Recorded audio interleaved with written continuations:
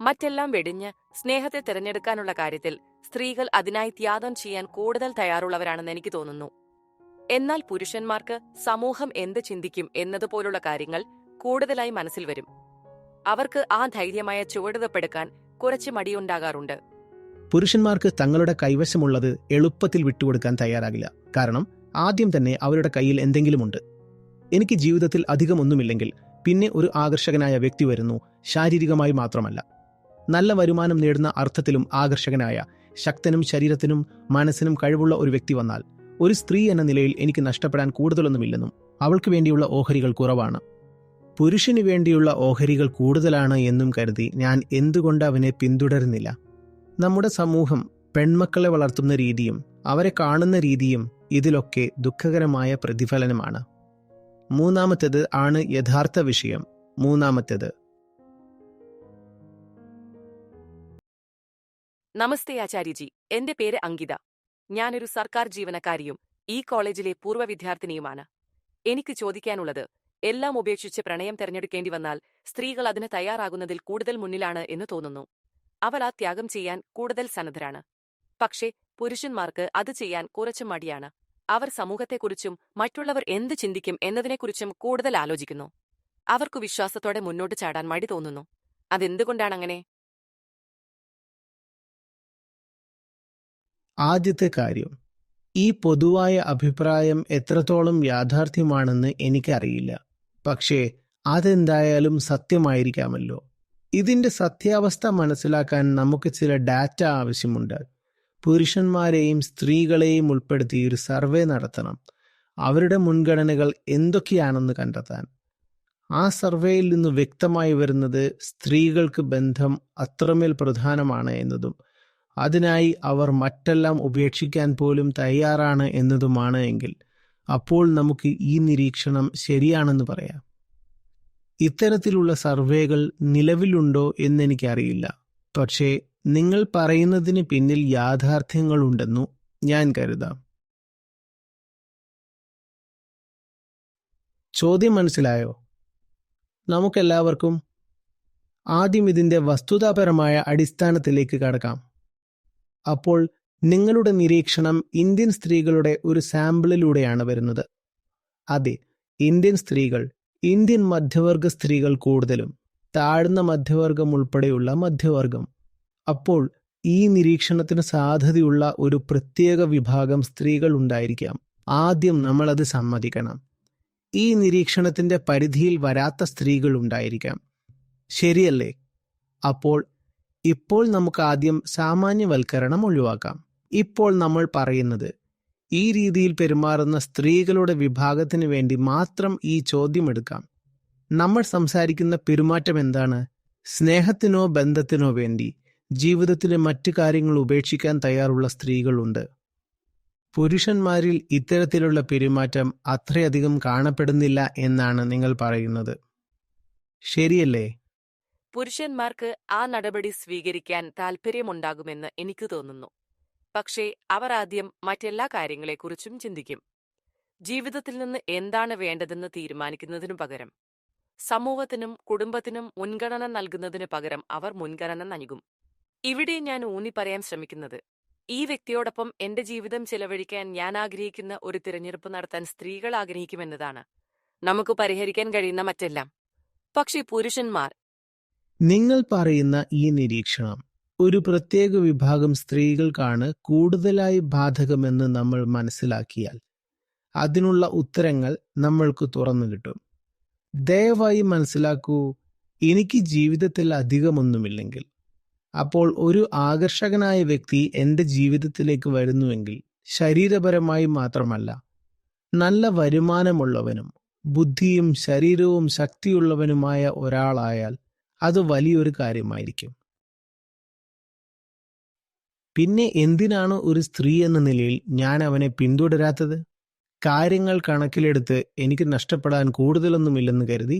കാരണം പോറ്റി വളർത്തൽ, സമൂഹം, പുരുഷാധിപത്യം എന്നിവ എനിക്ക് നഷ്ടപ്പെടാൻ കൂടുതലൊന്നും നൽകിയിട്ടില്ല. പുരുഷന്മാർക്ക് തങ്ങളോടുള്ളത് ഉപേക്ഷിക്കാൻ എളുപ്പത്തിൽ തയ്യാറാകാനാവില്ല. കാരണം ആദ്യം തന്നെ അവരുടെ കയ്യിൽ എന്തെങ്കിലുമുണ്ട്. അവർക്കെന്തെങ്കിലുമുണ്ട്. സ്ത്രീകൾ അവരെ എങ്ങനെ വളർത്തിയെടുത്തിരിക്കുന്നു? നാം ഇവിടെ ഒരു പ്രത്യേക വിഭാഗത്തിലെ സ്ത്രീകളെക്കുറിച്ചാണ് സംസാരിക്കുന്നത്. എല്ലാ സ്ത്രീകളെയും കുറിച്ചല്ല. സ്ത്രീകൾ നമ്മുടെ രാജ്യത്ത് അവരെ എങ്ങനെ വളർത്തിയെടുക്കുന്നു? നമ്മുടെ ചുറ്റുപാടിൽ മധ്യവർഗത്തിൽ അവർക്ക് എന്തെങ്കിലും വലിയതായുള്ള നഷ്ടമുണ്ടാകാനുള്ള സാഹചര്യം തന്നെയില്ല. അവർക്ക് പിതാവിന്റെ സ്വത്തിൽ നീതിപൂർണമായ പങ്ക് ലഭിക്കുന്നുണ്ടോ? എന്റെ സ്നേഹത്തിനു വേണ്ടി ഞാൻ എന്റെ കുടുംബത്തെയും അതുപോലെ എന്റെ അച്ഛനെയും ഉപേക്ഷിക്കുന്നുവെന്ന് ഒരു പുരുഷൻ പറയുകയാണെങ്കിൽ അയാൾ തന്റെ അനന്തരാവകാശവും കൂടെ ഒരുമിച്ച് ഉപേക്ഷിക്കുകയാണ്. സ്ത്രീകളുടെ കാര്യത്തിൽ അവർക്ക് എന്തായാലും അവകാശമായി ലഭിക്കാൻ ഒന്നും തന്നെയില്ല. അതിനാൽ ടാറ്റ എന്ന് പറഞ്ഞു പോകാൻ അവർക്ക് എളുപ്പമാണ്. നിങ്ങൾക്ക് മനസ്സിലായോ? സ്ത്രീകൾക്കുള്ള ഓഹരികൾ കുറവാണ്, പുരുഷനുള്ള ഓഹരികൾ കൂടുതലാണ്. നമ്മുടെ സമൂഹത്തിന്റെ രീതിയെയും അത് പെൺമക്കളെ വളർത്തുകയും പരിഗണിക്കുകയും ചെയ്യുന്ന രീതിയെയും കുറിച്ചുള്ള ദുഃഖകരമായ ഒരു വ്യാഖ്യാനമാണിത്. മനസ്സിലായോ? അതിൽ തീർച്ചയായും ഒരു വൈകാരിക ഘടകമുണ്ട്. ജനിതകശാസ്ത്രം, വികാസം ഇവയെല്ലാം നമ്മൾ പരിഗണനയിലെടുക്കുമ്പോൾ സ്ത്രീകൾക്ക് കുറച്ച് കൂടുതൽ വൈകാരികതയുള്ളവരായി പ്രോഗ്രാം ചെയ്യപ്പെട്ടിരിക്കുന്നു എന്ന് പറയാൻ സാധിക്കും. കാരണം ഗർഭധാരണവും കുഞ്ഞിനെ ഗർഭത്തിൽ ധരിക്കുകയും പിന്നീട് വർഷങ്ങളോളം അതിനെ പരിപാലിക്കുകയും ചെയ്യുന്ന കാര്യങ്ങൾ ചെയ്യുമ്പോൾ അതിന് അത്തരമൊരു ഭാവനാപരത ആവശ്യമാണ്. നിങ്ങൾക്ക് വളരെ വൈകാരികതയുള്ളവർ അല്ലെങ്കിൽ ഈ കാര്യങ്ങൾ ചെയ്യാൻ കഴിയില്ല. കാരണം നിങ്ങൾ ആ സമയത്ത് ചെയ്യുന്ന കാര്യങ്ങളും ഉപേക്ഷിക്കുന്ന കാര്യങ്ങളും ലോജിക്ക് കൊണ്ട് മാത്രം ന്യായീകരിക്കാൻ പറ്റാത്തവയാണ്. അതുകൊണ്ടാണ് ഗർഭധാരണത്തിനും കുഞ്ഞിനെ വളർത്തുന്നതിനും ജീവിതം മുഴുവൻ ചെലവഴിക്കാനുള്ള നീക്കം ന്യായീകരിക്കാൻ ഹോർമോണുകൾ മൂലമുണ്ടാകുന്ന ഒരു തോതിലധികം വൈകാരികമായ ഇമോഷണാലിറ്റി ആവശ്യമുള്ളത്. നിങ്ങൾക്ക് ഒട്ടും വൈകാരികതയില്ലെങ്കിൽ നിങ്ങൾ ചില ചോദ്യങ്ങൾ ചോദിക്കും. ആ ചോദ്യങ്ങൾക്ക് കിട്ടുന്ന ഉത്തരങ്ങൾ ചിലപ്പോൾ അസൗകര്യമായി നിങ്ങൾക്ക് തോന്നും. പിന്നെ ആ അസൗകര്യമായ ഉത്തരങ്ങൾ നിങ്ങളെ കുഞ്ഞ് ഉണ്ടാക്കുന്നതിൽ നിന്നും വളർത്തുന്നതിൽ നിന്നും പിന്തിരിപ്പിച്ചേക്കാം. അതിനാൽ പ്രകൃതിദത്തമായി സ്ത്രീയുടെ ശരീരത്തിലെ ഹോർമോണുകളും പുരുഷന്റെ ശരീരത്തിലെ ഹോർമോണുകളും വ്യത്യസ്തമാണെന്ന് നമുക്ക് അറിയാം. അവരുടെ മസ്തിഷ്ക ഘടനയും ധാരണകളും വ്യത്യസ്തമാണെന്നും ശാസ്ത്രീയമായി തെളിയിച്ചിട്ടുണ്ട്. അതുകൊണ്ടാണ് ഞാൻ ഇമോഷണലായി ഉള്ള ഒരാളെ തിരഞ്ഞെടുക്കുന്നത്. എന്നാൽ പലപ്പോഴും ആ തീരുമാനത്തിന് നല്ല ഫലങ്ങളൊന്നും ഉണ്ടാകാറില്ല, പ്രത്യേകിച്ച് സ്ത്രീകൾക്ക്. എന്നിരുന്നാലും ആ തീരുമാനം എടുത്തു തന്നെ പോകുന്നു. ഇങ്ങനെ ഓരോ തീരുമാനവും നടക്കുമ്പോൾ രണ്ട് ഘടകങ്ങളെ ഉണ്ടാകുന്നുള്ളൂ. സാമൂഹികവും ശാരീരികവുമാണ് അത്. തീരുമാനങ്ങൾ എടുക്കുമ്പോൾ അടിസ്ഥാനമായി ഉപയോഗിക്കുന്നത് ഇവ രണ്ട് കാര്യങ്ങളേ ഉള്ളൂ. നിങ്ങളുടെ ശരീരമാണ് നിങ്ങളെ ഒരു പ്രത്യേക തീരുമാനത്തിലേക്ക് തള്ളിവിടുന്നത്. അതിൻ്റെ ഉറവിടം ശരീരമാണെന്ന് പോലും നിങ്ങൾക്കറിയില്ല. അത് നിങ്ങളുടെ ബോധപൂർവമായ മനസ്സിൽ നിന്നല്ല, ഹോർമോണുകളുടെ കുതിപ്പിലാണ് അതിൻ്റെ ഉത്ഭവം. അതിനാൽ ഇത് ശരീരത്തിൻ്റെ കാര്യമാണ്. നിങ്ങൾക്ക് 10 അല്ലെങ്കിൽ 12 വയസ്സുള്ളപ്പോൾ ചില കാര്യങ്ങൾ ഇഷ്ടപ്പെടാനായിരിക്കില്ല. പക്ഷേ 15, 16 വയസ്സാകുമ്പോൾ ചില കാര്യങ്ങൾ വളരെ ആകർഷകമായി തോന്നാൻ തുടങ്ങും. നിങ്ങൾ ആ ആകർഷണം തിരഞ്ഞെടുക്കുകയാണെന്ന് വിചാരിക്കുമോ? ഇല്ല. പ്രകൃതിയാണ് ഇപ്പോൾ നിങ്ങളുടെ ശരീരത്തിൽ ചില രാസവസ്തുക്കൾ ഉൽപ്പാദിപ്പിക്കുന്നത്. ആ രാസവസ്തുക്കളാണ് നിങ്ങളുടെ ചിന്തയും വികാരവും നിയന്ത്രിക്കുന്നത്. പിന്നെ നിങ്ങൾ പറയുന്നു, അതെനിക്കിഷ്ടമാണ്, അല്ലെങ്കിൽ ആ വ്യക്തിയെ ഞാൻ ഇഷ്ടപ്പെടുന്നു, അവൻ്റെ അടുത്തേക്ക് പോകണം. ഇത് നിങ്ങളുടെ തീരുമാനമല്ല. ഇത് അകത്തുണ്ടാകുന്ന രാസപ്രക്രിയയുടെ കളിയാണ്.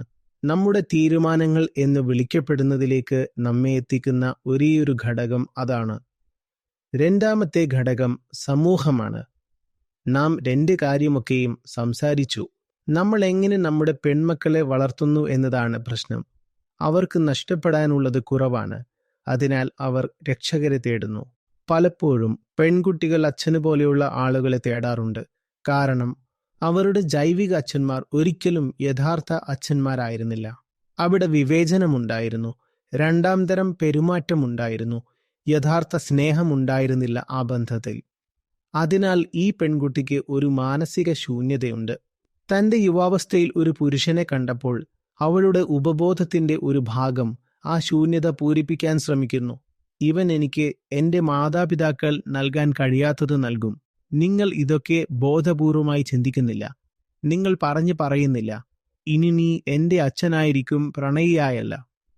ഇല്ല, ബോധപൂർവമായി അല്ലെങ്കിലും പെരുമാറ്റ രീതികൾ ശ്രദ്ധിച്ചാൽ അത് കാണാം. പല പെൺകുട്ടികളും അവരുടെ പ്രണയികളെ ആശ്രയിക്കുന്ന രീതിയിൽ ഇതൊക്കെ വ്യക്തമാകും. അവർ സുരക്ഷ ആവശ്യപ്പെടുന്ന രീതി. നിങ്ങൾ നിങ്ങളുടെ അച്ഛനോടൊപ്പമാണെന്ന് തോന്നുന്നു, അതേസമയം നിങ്ങൾ രണ്ടുപേരും ഒരേ പ്രായത്തിലുള്ളവരാണ്. ഒരുപക്ഷെ സമാനമായ വിദ്യാഭ്യാസ പശ്ചാത്തലമുള്ളവരായിരിക്കാം, അല്ലേ? ഒരാൾ എന്തിനാണ് ഒരു തരം കെയർ ടേക്കറോ വാർഡനോ രക്ഷിതാവോ ആയി പെരുമാറേണ്ടത്? പക്ഷെ പലപ്പോഴും അതൊരു ബന്ധമാണ്. പുരുഷന്മാർ ആ റോൾ വളരെ സുഖകരമായി ഏറ്റെടുക്കുന്നു. നിങ്ങൾ മുറിയിൽ നിന്ന് പുറത്തു പോകുമ്പോൾ എന്നെ അറിയിക്കുന്നുണ്ടെന്ന് അവർ പറയും. ഓ എന്റെ ദൈവമേ, രാത്രി പകൽ 10 മണി കഴിഞ്ഞ് 30 മിനിറ്റായി, നിങ്ങൾ ഇപ്പോഴും തിരിച്ചെത്തിയിട്ടില്ലേ? അത് സംഭവിക്കുന്നത് വളരെ പ്രബോധനപരമായ ഒരു തരം റോൾ സ്വിച്ചിങ് ആണ്. അവൾ മാതാപിതാക്കളോടൊപ്പം വീട്ടിലായിരിക്കുമ്പോൾ അവൾ മാതാപിതാക്കളോട് റിപ്പോർട്ട് ചെയ്തുകൊണ്ടിരിക്കും, അല്ലേ? അവൾ പുറത്തു പോയിട്ടുണ്ടെങ്കിൽ അവൾ റിപ്പോർട്ട് ചെയ്തുകൊണ്ടിരിക്കും. അതെ, ഞാൻ നിശ്ചയിച്ച സ്ഥലത്ത് ഞാൻ എത്തിയിരിക്കുന്നു, ഇപ്പോൾ ഞാൻ ഇതെല്ലാം ചെയ്യുന്നു. അവൾ അമ്മയ്ക്കോ അച്ഛനോ അല്ലെങ്കിൽ മൂത്ത സഹോദരനോ ഈ സന്ദേശങ്ങൾ നിരന്തരം അയക്കുന്നു. ഇപ്പോൾ അവൾ കുറച്ചുകൂടി വളർന്നു, ആൺ സുഹൃത്തിനോടൊപ്പമാണ്. അവൾ ആൺ സുഹൃത്തിനോട് സമാനമായ രീതിയിൽ റിപ്പോർട്ട് ചെയ്യുന്നുണ്ടെന്ന് നിങ്ങൾ കണ്ടെത്തുന്നില്ലേ? നിങ്ങൾ കണ്ടോ? അങ്ങനെ ആവശ്യപ്പെടുന്ന ഒരുപാട് ആൺ സുഹൃത്തുക്കൾ ഉണ്ട്. ഇല്ല, നിനക്കറിയാമോ, എന്നെക്കുറിച്ച് എനിക്ക് വളരെ പൊസസീവ് ആയതുകൊണ്ടാണ്, നിന്നെ ഞാൻ അത്രയധികം സ്നേഹിക്കുന്നതുകൊണ്ടാണ് നിന്റെ ജീവിതത്തിലെ ഓരോ നിമിഷവും അറിയാൻ ഞാൻ ആഗ്രഹിക്കുന്നത്. നീ വാഷ്റൂമിൽ കയറുമ്പോൾ കൃത്യമായി എന്നെ അറിയിക്കൂ. കമോഡിൽ നിന്നിറങ്ങുമ്പോൾ കൃത്യമായി എന്നെ അറിയിക്കൂ. 34 സെക്കൻഡ് വ്യതിയാനമുണ്ടായാൽ എന്റെ ഹൃദയം ഇടിപ്പുതാളം തെറ്റിത്തുടങ്ങും. ആരോ നിന്നെ കളിയാക്കുകയാണ്, സത്യമായിട്ടും നിന്നെ കളിയാക്കിക്കൊണ്ടിരിക്കുകയാണ്. നിന്നെ ഒരു കുട്ടിയെപ്പോലെയാണ് പരിഗണിക്കുന്നത്. നീ അതിൽ അംഗീകരിക്കുന്നു, കാരണം നീ ഇപ്പോഴും പപ്പയെ തിരയുകയാണ്. എനിക്ക് കിട്ടുമോ പപ്പയെ? എവിടേലും പാപ്പ പാപ്പ പാപ്പ നൈസ് പാപ്പ. നമ്മൾ സ്ത്രീകളെക്കുറിച്ചാണ് സംസാരിക്കുന്നത്, അതുകൊണ്ട് നമ്മൾക്ക് ഇങ്ങനെ പറയാം. പുരുഷന്മാരുടെ കാര്യത്തിൽ ഒരുപാട് പേർ ഇപ്പോഴും അമ്മയെ തേടി നടപ്പാണ്. അതിനാൽ അവരുടെ പെരുമാറ്റം പലപ്പോഴും അമ്മയോടൊപ്പമുള്ള കൊച്ചുകുട്ടിയുടെ പെരുമാറ്റത്തെ പോലെ തോന്നും. അവൾക്ക് അച്ഛൻ നൽകുന്ന പുറമേയുള്ള ഭൗതിക പിന്തുണ കൂടുതലായി വേണമെന്നുണ്ട്. അതേസമയം അവൻ അമ്മ നൽകുന്ന മാനസികമായ സ്നേഹവും പരിചരണവുമാണ് കൂടുതൽ അന്വേഷിക്കുന്നത്. രണ്ടും മോശം പേരന്റിങ്ങിന്റെ ഫലങ്ങളാണ്. കുട്ടികളായിരിക്കുമ്പോൾ രണ്ടുപേർക്കും സംതൃപ്തമായ അനുഭവങ്ങൾ ഉണ്ടായിട്ടില്ല. അതിനാൽ അവർ ഇപ്പോഴും ലോകത്തിൽ അവരുടെ മാതാപിതാക്കളെ അന്വേഷിക്കുന്നു.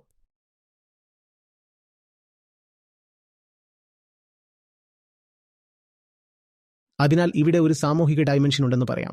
അകത്തെ ഡൈമെൻഷൻ ഹോർമോണുകളാണ്. സാമൂഹിക ഡൈമെൻഷൻ എന്നത് നമുക്ക് നേരിട്ട അനുഭവങ്ങളാണ്. ഇവയാണ് നമ്മുടെ പെരുമാറ്റത്തെ നിർണ്ണയിക്കുന്നത്, മറ്റൊന്നുമല്ല. മൂന്നാമത്തേത്, ഞാൻ മറ്റൊന്നുമല്ല എന്ന് വിളിക്കുന്നതിന്റെ യഥാർത്ഥ അർത്ഥമാണ് അതെ. അതെന്തെന്നാൽ അത് യഥാർത്ഥമാണെങ്കിലും അപൂർവമാണ്. അതിനാലാണ് ഞാൻ അതിനെ ഒന്നുമല്ല എന്ന് പറഞ്ഞത്.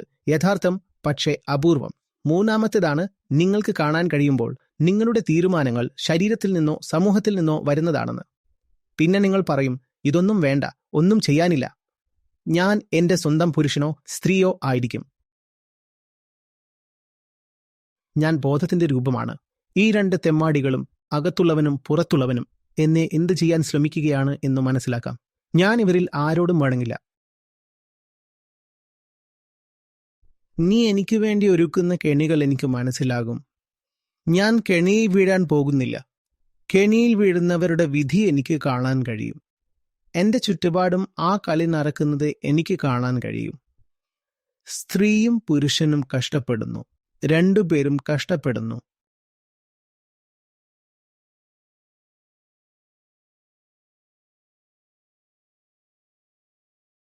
ഇപ്പോൾ ഞാനെല്ലാം നിങ്ങൾക്കായി വിട്ടുവച്ചതിന്റെ പിന്നാലെ നിങ്ങളും എനിക്ക് 100% നൽകേണ്ടതല്ലേ? ഇങ്ങനെ ഒരു ആവശ്യം ഉയരാതിരിക്കാൻ എന്താണ് കാരണം?